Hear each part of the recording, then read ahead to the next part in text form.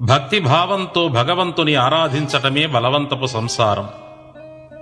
అప్పుడు కామము, క్రోధము, లోభము, మోహము, మదము, మాత్సర్యము అనబడు ఎప్పటికైనా వదిలించుకొనవలసిన 6 ఆడబిడ్డలు, శాంతము, క్షమాగుణము, పరోపకారము అనబడు అంత్యకాలము వరకు రక్షించి పోషించగల 3 మగబిడ్డలను పొందటం జరిగిందట.